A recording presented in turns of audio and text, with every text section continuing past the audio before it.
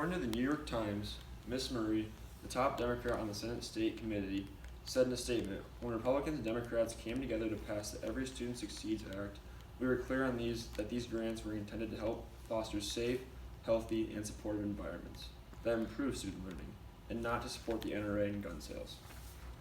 Today in the 21st century, school shootings have become a very prominent problem. Some think by arming teachers it will help make schools safer. Others think that there are healthier alternatives to allocating teachers to bear arms on campus. And here is a picture of the crime rates of school shootings and for every 1,000 students aged 12 to 18. And as you can see, the school shootings or the school violence at school is actually pretty close to the theft away from school. So I mean, I guess statistics show that it's rising. So school shootings should not be allowing teachers to bear arms on campus because it undermines many different causes like student support programs and efforts by Congress to restrict the federal funding and use of federal funding guns.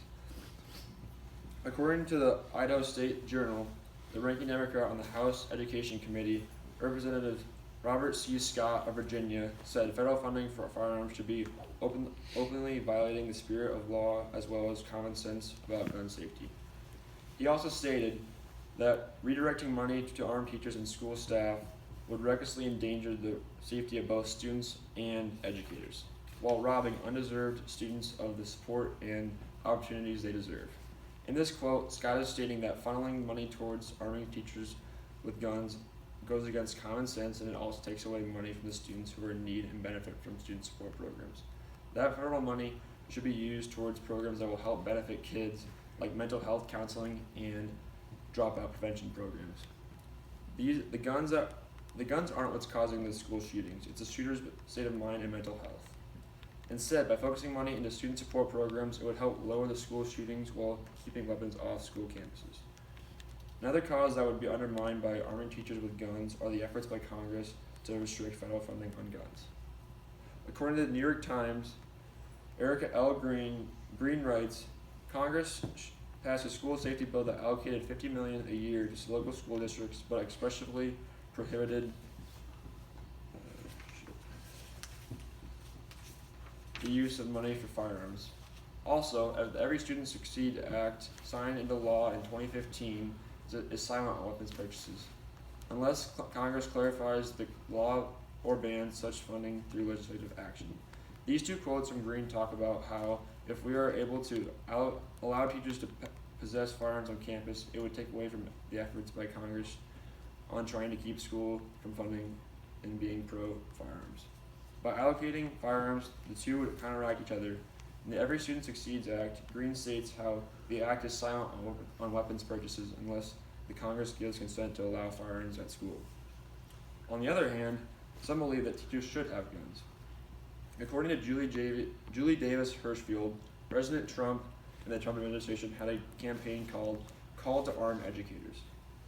After the recent school shootings, Trump quotes, "You give them a little bit of a bonus, so practically for free, you have now made the school into a hardened target." By saying this, Trump is stating that he is willing to pay teachers a bonus to get trained to handle firearms. According to the Chicago Tribune, although that seems nice and all, Lily Escalon Garcia, president of the National Education Association, says if we use the funds for what they're intended for, we might start tackling some of the issues that lead to gun violence.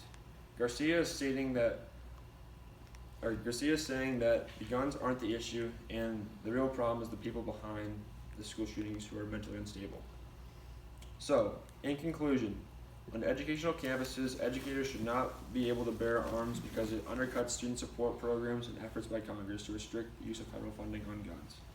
So, after seeing how giving teachers guns impacts the many programs and causes, I hope we as a country realize what a mistake we'd be making.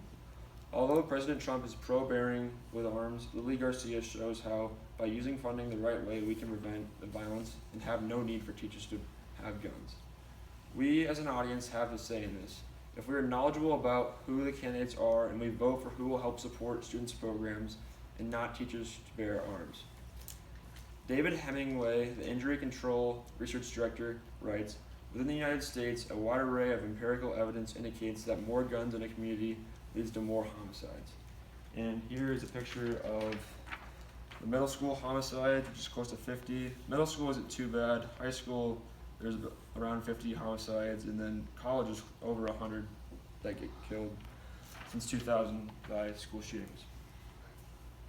So, the choice is ours. If we are knowledgeable about the different campaigns going on, we can make a difference in stopping gun violence. Thank you.